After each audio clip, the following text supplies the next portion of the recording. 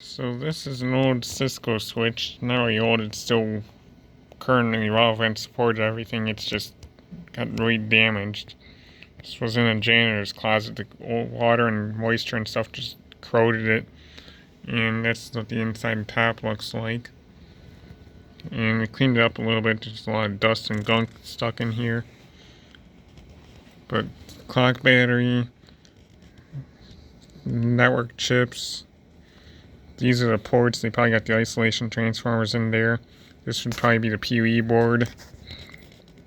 It looks like diodes and regulators or some kind of voltage chip. Inductors.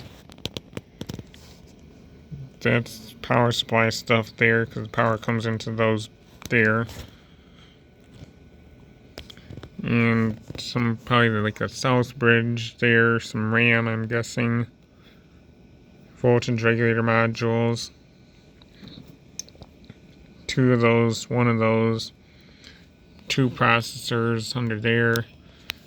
And isolation transformer I believe there. Net management network chip or port. Stacking ports, it's proprietary connection or stacking switches. And stack power, some kind of a regulator module. Allows some switches to power each other if you have a redundant supply and extra one built in. Some kind of voltage regulator there with an inductor and some diodes. Capacitors.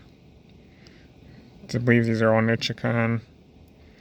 Xilinx, some kind of a chip. I'm guessing some probably from managing the system. Looks like probably a firmware chip there. Capacitor. Display board.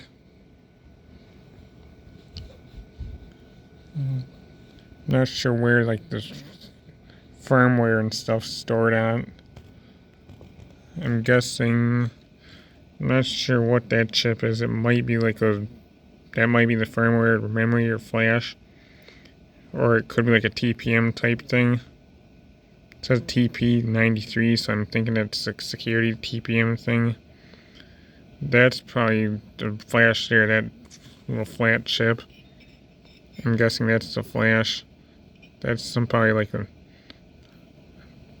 I don't know exactly what that would be. Like South Bridge maybe. Or some kind of an interface. And there's a chip there.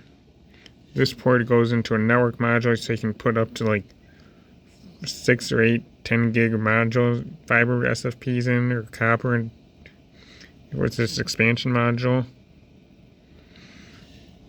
Probably some more voltage regulator there. I see some inductors and capacitors. Fans. These just hook on, it's like a slide on board connection thing.